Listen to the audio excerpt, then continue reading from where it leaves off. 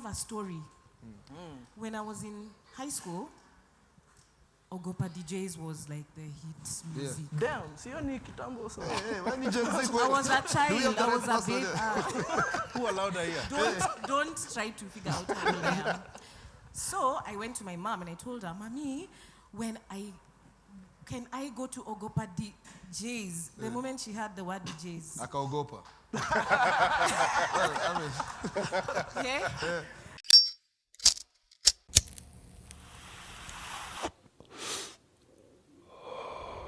Riches, flying high in them private jets. Mada, kumada beat, lazima kai bada. Si niulize mbona nimenyanya, si unajua niko juu ya shada. Right now though, I am excited to welcome right here at the Safaricom Hook Circle Workshop, for the first time ever, ladies and gentlemen, these guys were the founders of doing live recordings. They're the first to ever do it in the market. Ladies and gentlemen, and they are here this amazing afternoon. Please, with a rousing ovation, Wapi Makofi at the Sandwich Podcast.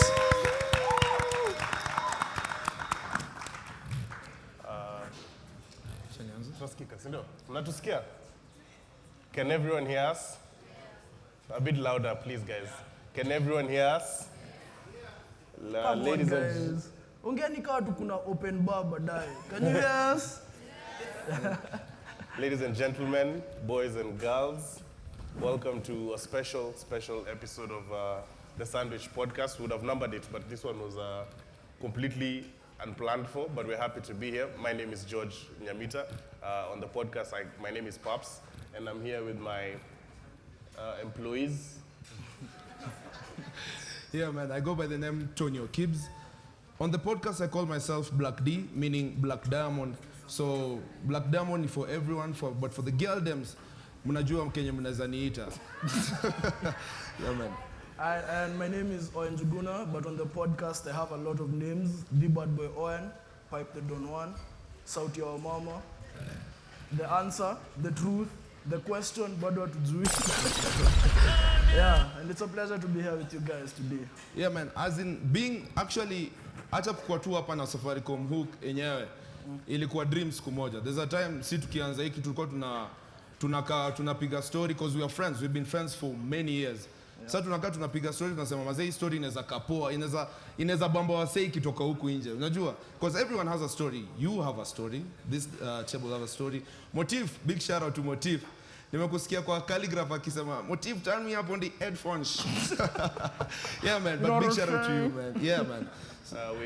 Kila mzaa kona story, tumesikia stories, the guys from Nairobi Performing Arts Studio Academy, who have given their stories here, very interesting to listen to. Na pia sisi tuko na yetu. This is, we just finished our 4th year podcasting, because we started in...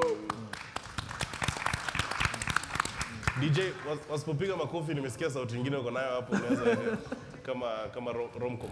So 4th year, we finished our 4th year in August, and it's been an insane journey because being the 4th year, we started during COVID, and COVID pushed us into getting into this, which was a period when everyone was home, we were all idle, and it was something that even us were scared of starting, but we ended up starting.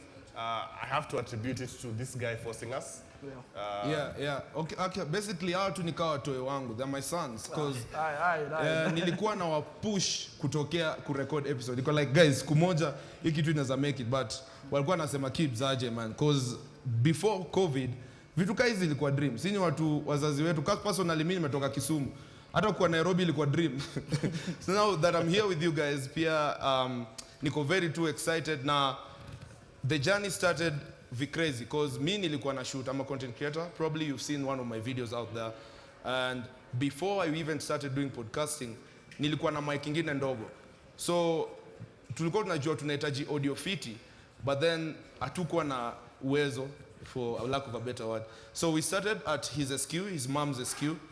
Yeah, tulikuwa hapo tunaweka mic katikati tunabonga, and for so long, the first episode was one of the highest episodes. Tell them how much podcasting equipment was when you were starting out. We were told one mic was going to be like 50,000. Yes. This is guys not even straight out of university. I think we're in second year, third year. Yeah, hatukumaliza though. Huyu ndo aligraduate. Yeah. Big shout out to a round of applause for Nyamitsa, please.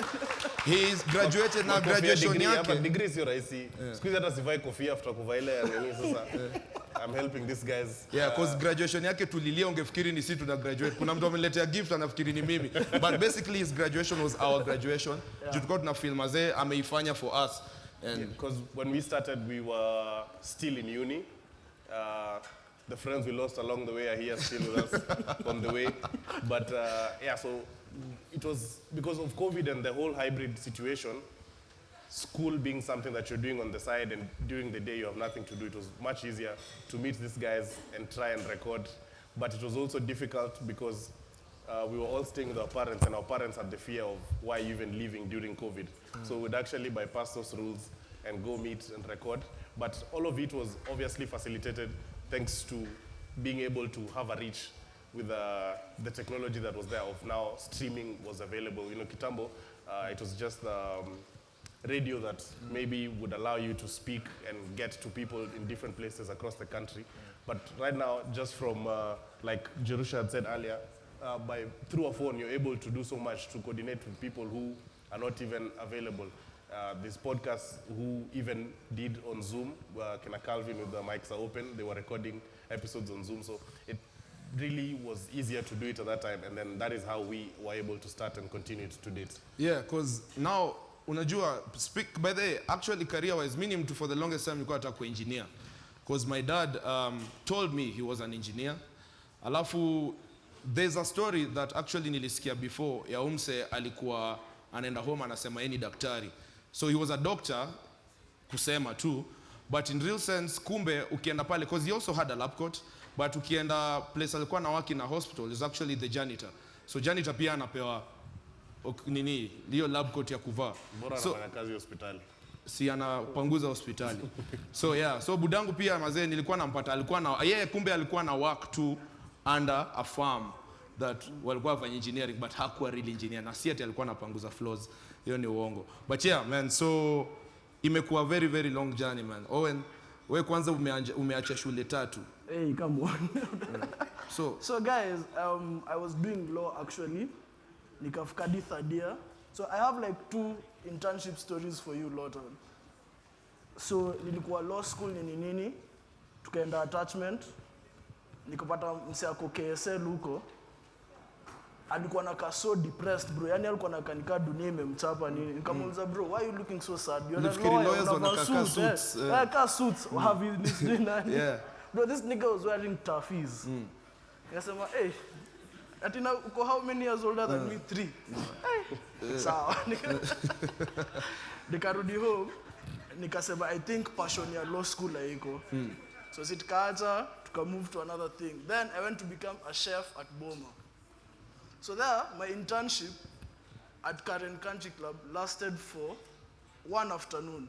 Yeah, 3 hours. Yeah, because I went in the morning. I was supposed to be in the kitchen as a chef, but these guys were understaffed. So they were like, who anaweza kuwa waiter? Guys, hata mnaona na hii size yangu, can I make a good waiter? Utakula food yote. So my first client was like an old white lady. She was very mean though. You know, she's a regular member there. So she came up to me. I couldn't even understand her. So give me a regular order. Like, alright, so Nikaenda. Then they were like, okay, this guy can be a waiter. So what he's gonna do is gonna polish cutlery. So mnajua mkienda hoteli mnapata cutlery folded nini. So I did that for 100 pieces of cutlery, bro. Then they gave me a lunch break of 10 minutes. I was like, maliza kule lunch urudi. Nikaenda, nikachukua bag yangu, nikapanda mat, sikuwa irudi tena. So lunch mlikuwa mnakula chakula ya watu ama there was a special food mnajipikia? Sijui sikuwa na hata wasi kukula lunch. Oh. Yeah man, and now that the story ilipan out venye iko, there was an outburst at some point because before we started, can't lie, there were some podcasts. Kulikuwa na ilikuwa inaitwa Surviving Nairobi. Mics are open. Big shout out to Calvin who's is in the crowd today. So tuko tunawacheki tunasema mazetu tunaweza fanya hii kitu ama nini, because it seemed like equipment ni expensive na watu wanaifanya maybe ni radio presenters. But now after si tuanze tu tukabelieve, there was an outburst of so many podcasts. Kwizi kuna podcasts mingi hadi na shanga what's going on? Kuna watu, kuna wellness, kuna watu wana. There was even a podcast watu wako like Uchi, like they're recording naked. The one for South Africa. Yeah, in South Africa, yeah. But now in Kenya, there's so many podcasts right now, especially by young people. Watu wanaanza. Then we started getting messages tunaanza aje, the same questions we had back then. Even for the live shows, watu wamefanya live show. So, yani culture imekuwa different. Culture imekuwa crazy sana. Na sahi mazee tuko so happy that there's so many podcasts. Hata nyinyi mkiwa hapa, I'm sure mnatuangalia mko like, si hao ni regular guys tu. Pia mnaweza fanya. Yes, anyone can do it. Na tunaweza kupatana nyuma ya tent tuongee. If you have a phone and the wheel, you can start your own podcast. Hata hapa sahi. Yeah, and today we have very special guests, by the way. People who've actually made it up. Tuko na very, very special guests today. A few guys who want to also just join us on here. Just short conversations in the time that we have here. We'll start by introducing Safaricom's podcaster, wannabe. She's hoping to start soon. She's a teacher by profession, but she's working at Safaricom, so it's a testament that maybe what you study for is not essentially what you end up doing, or what you want to do is not essentially what you end up doing. So please help us welcome Vanessa. Welcome, Vanessa. Round of applause, please. Umevadika Gen Z leo. Yeah. Wow. Kudos. Yeah. And next we have the guy who can turn up the headphones. Mse wetu wa producer extraordinaire. Mazee nimekusikia tangu nikuwe primary nikiwa Kisumu huko mazee nilikuwa na shanga motif ni nani calligraph anasema. Yeah, because no mimi napenda motif. Lazima nipige shout out kwa msini stop. Yeah, but now nataka actually introduce a few more people. Nataka introduce the Kudade hitmaker mazee na bro, mimi nao nimebambika sana because this is a very, very, very special thing. So unaweza mwito? Yeah. So mwito. FatherMoh will introduce. Yeah, FatherMoh will introduce. Big shout out to FatherMoh. Karibu sana. DJ unaweza tuwekea tu effects. Come on guys, clap na nguvu zaidi. Tuko na Gen Z pia extraordinaire. Una ndo Gen Z amenibamba sana. This guy actually shocked me when he told me that he was 20 akikampale radio station yetu. Ana shooting videos na Masake, which was something we've never seen before. And I don't know how he did it. Big shout out to Jex Nyanjom. Karibu sana.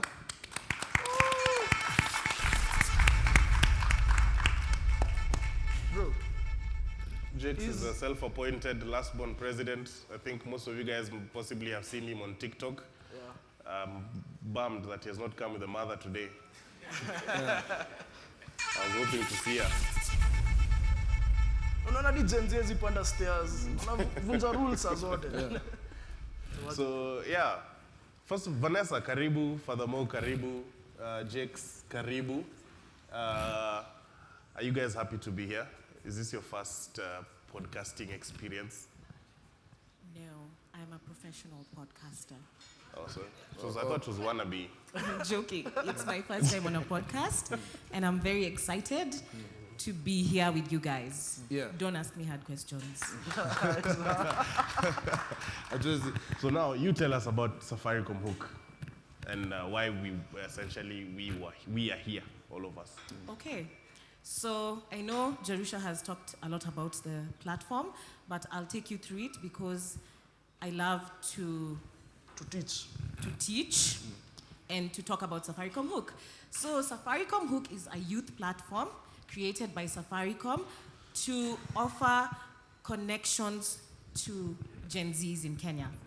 So Safaricom Hook stands on 3 pillars: tech, culture, and career. So we want to ensure that the young people in Kenya have access to tangible opportunities to help them propel themselves in life and succeed. So we always hear people giving us promises: in the next 100 days, we will have this and this and this. So we don't want to become people who give empty promises. And that's why... Sema kanani. And that's why we have called you here to partner with you so that we can deliver the promise of the platform together. So that's a brief of what Safaricom Hook is, and we cater to young people aged between 10 and 24. So now, the real question you want to anachakuliza actually, personally. So, because Gen Z goes up to right now 27, essentially, even from the date 1997 up to 2010. So why 18 to 24? Juu kuna 25, 26, 27 pia, who are Gen Zs as well. Okay, so the 24 does not mean that if you're 25, 26, and 27, you cannot access the benefits of the platform. It's a business structure, basically, if I can put it that way. Yeah. So because between the age of 10 to 24, you're still trying to figure out life. And I know there are still people who are, even I'm still figuring out life at 22, but and even after I'm 25, I probably will still be figuring it out. But it's ideally by the time you're 24, most of the things that you want to do, you've thought about them, and you're working towards it. And then maybe you're starting a new job, you're starting a business, you're thinking about investing in something, and so your needs and your mindset starts to change. And so we, as Safaricom, will engage you through our other segments. Yeah. Yeah. So, nataka kuvuka kwa the real Gen Z. First of all, Jets Nyanjom, how are you feeling, man? Na feel poa sana. Niko tu best, nimefurahia sana kuwa in this opportunity. Sauti isikudanganya, I'm 20. Tafadhalini. Cheni hizo. Ujakuja na mamako. Bede, Tonyo kila wakati naingia kwa hiyo studio anauliza, bro, si masako na kuanga single. Nakusalimia. Tutakuja kutuma salamu. Sasa wewe siwache mamako ajibambe. Let's her enjoy. She needs us. Hapana. My dad by the way went to buy milk. He's still coming back. Oh, okay. Yeah, so. Hata wangu nikane tuakia zuku usiku. So umeinteract na Safaricom Hook? Yes, I've interacted with Safaricom Hook. Actually tukiwa tu hapo nimeshtuka. Huwa niliambia kuna star 555 hash. Sikuwa najua, mimi najua ni star 544. Oh yeah. So that was my first interaction. Nimeona hizo bundles, actually the offers are quite fair for us. So bro, I learned that your mom was actually in radio for a lot of years. So was she always comfortable knowing that you'd be headed to content creation ama uli stumble tu kwa hii path? Manze, I wouldn't lie, starting my content journey ilikuwa a bit tricky. Manze, si hatukuwa na investment, tulikuwa na katenje fulani hapo, hata ukituangalia mtu wangu tunakaa Bezos. So we hadn't invested in it, but we had a passion just to show the world that a relationship between a mother and the son can work, you know. And I'm very proud and I'm very happy to the extent tumefika. But talking on radio, I didn't think she expected it. Although nilikuwa namsupport sana, I remember the times zenye, na nimesema before, kuna times nilikuwa alikuwa na show yake from 4 am all the way till around 10 am. Ilikuwa breakfast on Sundays, so I used to tell her manze, ukiamka, uniamshe pia mimi niende niangalie anafanyaje show. Ilikuwa intriguing to me, unaongelesha msee. Actually, nilikuwa fala. Nilikuwa nasikia radio ikiongea, mimi najaribu kuongea kwa ufa. Madhe. Unatafuta mamako huko ndani. Nadhani atanisikia. Na actually nimecheki kuna msee ameuliza hapa, he's actually taken. Na niliona actually kuna TikTok ulienda na demo wako ulienda kwao Tanzania. So are you in a long-term relationship? Yes, I'm actually in a long distance and a long-term relationship. Long distance, long So term. is it true? Yes. Is it true the long distance? Can it work? Is it true that long distance works as long as all 4 of you are in agreement? My friend. Good question. I would say it started off rough. We met her, nilimpata kama tuko hapa bado Kenya. Alafu later on akaenda back to her home country, which is Tanzania. Hapa tu chini. So I didn't think it would work out. It's currently 1 year, 2 years. 1 year, 2 years. 1 year, 2 months. Makofi tafadhali. Yeah. That's hiyo ni refu sana. Yeah, manze. So tumejaribu. I wouldn't say it's been easy. Kuna a 2-month period tuliachana. Sababu tu hiyo challenge, but ina depend manze. The soul ikishikana. Hii mambo ingine tu ni mambo ya dunia hii. Ikipenda imependa. Imeenda. Kweli. We love. Sasa kuna swali kila mtu angetaka kuuliza. So mnapatana that often? So ukisikia una 4. Should I ask it? Anapatana na wa huku. Should I ask it? Family brand. Kuna Tanzania branch anamrepresent. Kitu ina hold your relationship yao pamoja ni bundles za S-Hook. Yeah, star 555 hash, man. And also, man, so I don't know how to put it, man. FatherMoh. Yeah. FatherMoh. Yeah. Kudade ili hit TikTok kwanza. Yeah. Na ikatokea. So ukifanya hiyo kudade, cause nimesikia iko na meaning nyingine different, but hiyo ni a story for another day. So ulijua hii ngoma itakuwa hit? Kila ngoma inakuanga hit studio. Big shout out man, big shout out. Obviously kila msanii akiingia studio apige ngoma.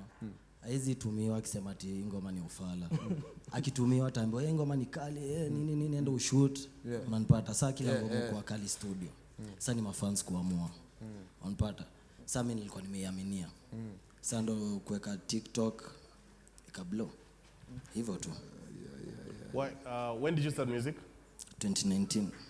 Oh, hey, 2019. Professionally 2020. How old were you, if you're able to share? Okay, maybe you were young. Kidogo tu. Ni Gen Z. What pushed you to music? Why music as your career? Pesa. Hey, Amtaki pesa. Yeah. As in, mimi siko najua, as in niko na hiyo nini ya kuimba. Vile inaitwaje? Gengeton ilitokea. Nilikuwa najiambia, sawa vijana wadogo wanatoa ngoma wanakula mamilioni. Hisi ni jaribu. Nikaanza, alafu nilikuwa mnoma mapoem. Na mashairi. Nikaanza tu kuandika, alafu my first song ikakula 2.7 million views. Hey, big shout out to you man. Uko na nyota. Wasanii wanateseka huku nje. Wakisikia unasema ni pesa iko huko wanashangazana. Na MCSK inapatia watu 2500. So FatherMoh, ukiambia na mtaani that unadai kuwa msanii, waliitekaje na hao walikuwa wanadai ufanye nini? Like which career path did they want you to follow? Vile nilisema nilisomea accountancy. Sasa sikuambia mzee wangu, alijulia kwa mat. God damn. Sasa unajua niko na jina yangu tu fulani ya mtaa. Alafu niko hapo nje napiga story na Mamorio. Akaniita, FatherMoh tebu come. Shangaa. Nendo father. Ikakuwa tu hivyo. Wakasema watanisupport nini lakini nikapewa waliona pake. Uko na siblings wadogo? Bro mdogo. Sasa pia wao wanakuita FatherMoh na wanaita bado wendo budako ndo father, wendo the Moh. Are you the Moh father? The father's father. Adigu kangu. Yeah, so now production ilikuwa rahisi kwako. Did you start with a crazy production ama ulianzia wapi, and how did the production now move forward, yani ikakupeleka mbele? Mimi kwangu naweza sema ilikuwa bahati juu nilikuwa naandikanga tu mangoma mtaa. Alafu nilikuwa na mori wangu fulani alikuwa na kabed sita amegeuza studio. Yeah. Sasa tulikuwa tunapiga mangoma huko lakini hatuzitoi. Juu hiyo time na ipake ikuwa. Sasa kuna boys wangu anaitwa Jofes. Juu nilikuwa kwa group inaitwa Mbuzi Gang. Inaitwa? Mbuzi Gang. Mbuzi Gang, naikumbuka. Wewe si kitambo hivyo. So Jofes tulikuwa watatu. So ilikuwa Jofes na Foolish. Nika DM Jofes nikamtumiza mangoma akasikia. So ndo tukaingia wote studio tukatoa first song wa Gidhomo. Hiyo ndio 2.7 million. Yeah. Nice. Big shout out man. Big shout out to you. Unaona saa ingine wazazi hawaaminigi what essentially you want to do on the side. Because even me I have a similar story of how when my parents found out that I'm doing a podcast, they were actually not so impressed. Kabisa my dad is msee wa enda shule, maliza shule, kuja fanya kazi. Because even now as I'm doing the podcast, I still work 8 to 5 in public service. And the fact that alikuwa anasema podcasting mnaongea tu upuzi, hakuna kitu ya maana mnafanya nini. By the way, I was doing it in secret until 2022. Akatumiwa article when Spotify came to Africa and was giving out grants and were part of the beneficiaries of the grant. Then anakuja ati sasa mko na kakitu So they start opening up to these things essentially with money, and it was always the unconventional job, but you still have a conventional job. Then he was like, okay, fine, you don't have to stop, because he told me when you open a bigger tap, you don't close a small tap. If they both can help you fill water, then you just run with them. So I think now what people should embrace is the possibility of running things parallel at the same time, because of time and opportunity and technology allowing you to be able to do things completely separately. So yeah, it's very interesting to hear that someone almost I have has a a similar question. story. Oh, sorry. I have a question for a resident Gen Z, Vanessa. So in this panel, I'd say that you might be the only one who has like a conventional 8-to-5 job. So why did you choose that? Why did you choose that career path? Or how did it choose you? Yeah. Actually, can you hear me? Yeah. Okay. So I have a story. When I was in high school, Ogopa DJs was like the hit music. Damn, see you kitambo so. Hey, when you just I was a child. I was a baby. Who allowed her here? Don't try to figure out how old I am. So I went to my mom and I told her, Mommy, can I go to Ogopa DJs? The moment she heard the word DJs. Akaogopa. Okay? I was kicked out of that room and I was told, Nisi, why skia yo jida kwa hii nyumba? I was like, guys, so now all my dreams are done. Because I don't know, when she was growing up, DJs were known for I don't know what. So that is how I'm not in the music industry. It's okay. Tissues, please. But I grew up and I went to college and became a teacher. A teacher for real, like preschool teacher for 2 years. And then I said, no, this is not for me. So I went back to uni and I studied communication. But I was in school in the evenings, so I had to find a job. And so I found Safaricom. Safaricom found me. Because I was looking. Yani, I was like, I can't be asking my mom for money every day. I'm an adult. And if I ask her for money, she won't allow me to go out with my friends. And it's really what. So I had to get a job. And so I did. It's been a journey, a long one, but I'm here. And the fact that I'm in a conventional career, I still have the freedom to do things that I like doing. Yes. So, believe it or not, don't ask me where my abs are, but I am a fitness trainer. Wow. Stop laughing. Bwana amesema fitness trainer, kila mtu kwa kaniangalia. Nime notice. Mimi sijui kwa nini by the way. Hata mimi sijui mbona. You know, now that's yani your time our parents walikuwa na shoot down dream yako ya kufanya kitu kingine different. But now we have people like Jakes, huyu ni mtu akitangwa kwa mdogo, yeye ni mtu amekuwa tu akijua usanii ndo anafanya. Unafanya content Yeah, na mama unafanya yake. content. So yeah, so Jakes, next time juu unatupea content iko na Masako, next time unakuja na yeye pia hapa. So nilikuwa nataka kuuliza. So when you get like brand deals upate kuna wase wanataka kuengage kidogo, unajiprice aje? Nikwambie Jakes, nataka kukuweka hapa mazee ni advertise hii kitu. Utaniambia how much utaprice aje ama how did you get to be financially literate if you are? So first of all, I'm not the best at maths, but me wesabu pesa, so FatherMoh, tumia hiyo verse. Hiyo ni bakali. So I'm gonna say when it comes to pricing, kitu linisaidia sana ni Radio Africa. Because I started off as an intern. Watu wengi believe ati niliingia tu direct nikakuwa radio presenter. Yeah, watu walisema nilikuwa social media intern. I talked about it on my Instagram. Jakes Nyanjom, angalia tu kitu imepiniwa hapo. Nimevaa kakoti ya white.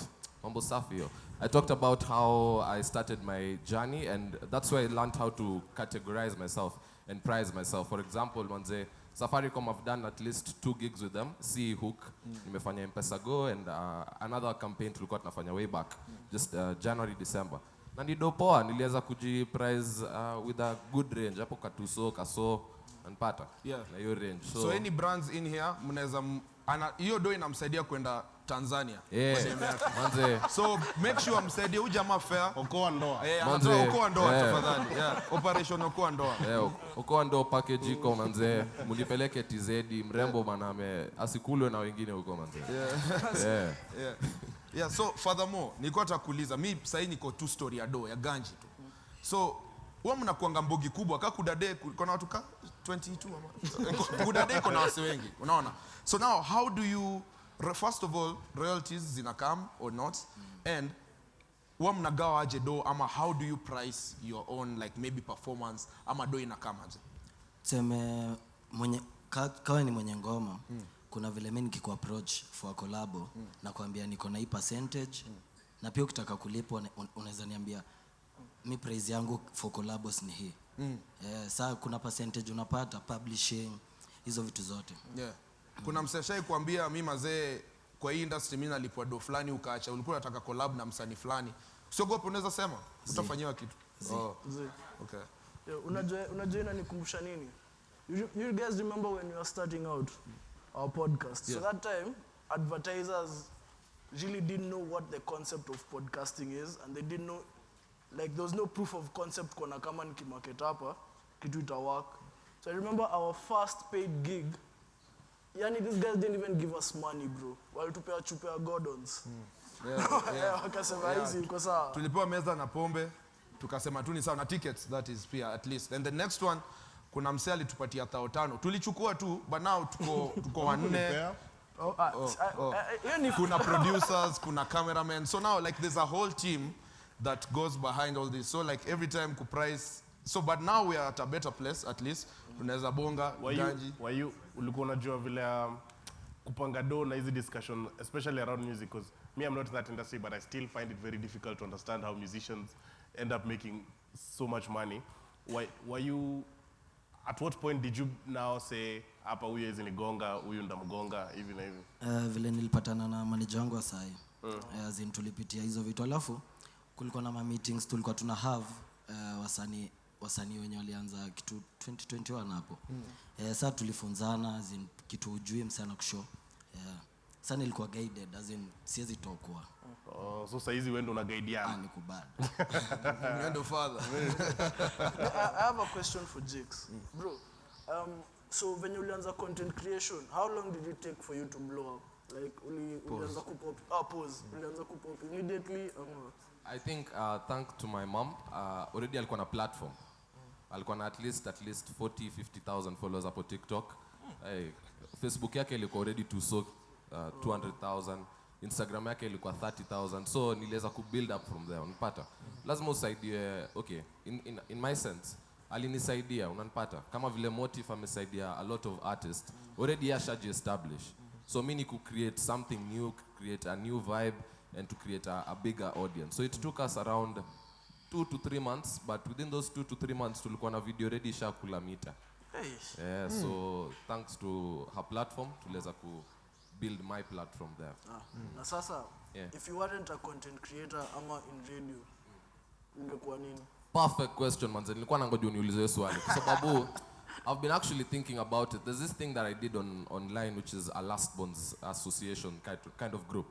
So even without content, without radio, manze, I'm not gonna lie, mimi nimekuwa na sold out concerts. Manze, nikiwa pale kwa bafu hizo mashampoo. Wamenisikia. So I'd really say that I'm not going to say rapping per se, but soulful, unapata? Like I'd really love to explore my voice in terms of singing. Apole.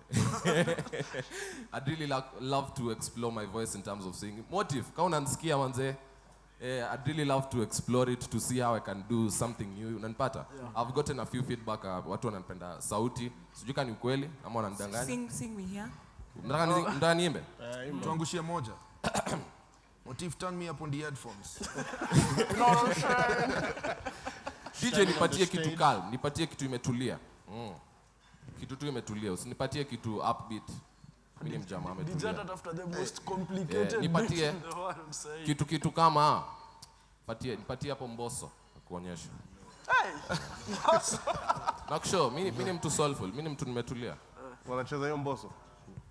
Okay. Sasa ile anaitafuta. So Vanessa nilikuwa nataka kuuliza, unajua I'm just a young boy from Kisumu. Kuna time nilikuwa huko. So nilikuwa nataka kuuliza, how will you reach, cause talent ni mob sana in Kenya. How are you going to reach huyo msee mwenye ako huko down, maybe hata si Nairobi, msee mwenye ako huko ghetto maze, lakini ni deadly juu anaweza hit to TikTok, because we've seen platforms like TikTok where someone ana blow up then anatafutwa, anapata opportunity. Kuna watu wengine wenye wamekuwa tu warefu like the Gen Z akapata opportunity. So how are you going to reach those guys in those areas? So we have a plan that we want to share with you today. It's called the Safaricom Hook Circle. And it's an initiative that we will go across the country together and motivate young people, teach them, upskill them, scout for talent and actually produce this talent, and we are going to go everywhere in Kenya, as far as we can go. It won't take one day, it will take a long time, but Rome was not built in a day. So we want to do it together, and you'll be hearing more about this. We also have media. We have a media team that works with us to ensure that the messages that we have are heard across the country. So you'll be hearing a lot about Safaricom Hook. We also want to talk about the benefits of our partners. You'll talk about what you're bringing to the table. We'll give you a platform on our different channels. We'll invite you to talk about it and just share the message that we are here to help the young people and actually show them how to access those benefits. So we'll do it everywhere in Kenya. Yeah, so we're just about to close. Now, lastly, nataka tu kuuliza FatherMoh. FatherMoh, yeah. Nini nakuja? Like, what's coming? An album, another hit, like, unatupikia nini? Ni vitu mingi sana, vitu crazy, lakini yenye iko hapo nje, wase wanajua, ni tuko na EP, tuko watatu, mimi Ndovu na Lil Maina. Yeah. Kuna EP inakam, alafu niko na ngoma inakuja next week, lakini sijui kama niseme. Sema, hapa ni home of exclusive, sema tu. So iko na mimi, Ndovu Kuu, Joeface na Ska. Kweli. Scam Cardinali. Kweli, Nice, kweli. nice. Yeah. Yeah. Na James akijua kurap utamweka hapo ama imbe. Paki. Yeah, so now that has been the Sandwich Podcast. Thank you very much for being with us for this episode. Na nataka kusikilizia Lotan. Wewe Lotan kwanza, wewe unataka mtu wako afanye nini? Bana, mtu mgani? No, ukiwa nayo. Umeanza kuchoma bana. Lotan nakutuambia. Umeacha kurekod? Lotan nakutuambia. No man, listen, whatever they want to do in life, honestly, yeah? I mean, when I look at somebody like Jakes, at 19, imagine, I mean, think about it, man. If you worked on radio at 19, think about where you were at 19 years young. Yeah? Somebody is trying to, there was a DM for most of you. There was not, listen, man, congratulations. I mean, and this is the power of technology, and yeah, I'm happy. So whatever the person wants to do, my kids want to do, Lotan, what did you want to be when you grow up? Wow. Pastor. So, yeah. So, ilikuwa at different levels, at different stages. I think, like somebody said, I wanted to be a neurosurgeon. Right? Because nilikuwa napataga 93 maths. Nilikuwa napata 93 science, so I thought I had a future in science. Then nikaingia form 1, form 2, chemistry, 3, kapita 9, nikuja 39. Nikaona upasuaji kaishia hapo. Nikaona lakini unapasua mayai na smoke sasa hiyo sawa. Nikasema God atawa help. So I think then after that nikitoka chuo, nikitoka high school, nilikuwa nataka kuingia jeshi. Then mzee akakataa. Then sasa nikasema nataka kuwa marine technology, nilikuwa nataka kuendesha ship. Mzee akakataa. Sasa niko radio majamaa. Alikataa hiyo ama yeye alikusema sawa? Ajui nafanya nini. Unataka kuwa captain wa ship na umetoka mali landlocked. Umeanza matusi. Anyway, but thank you very much. Please, a round of applause for the Sandwich Podcast for beginning my coffee. Witches flying high in them private jets. Mada kumada beat lazima kaibada. Si niulize mbona nimenyanya. Si unajua niko juu ya shada.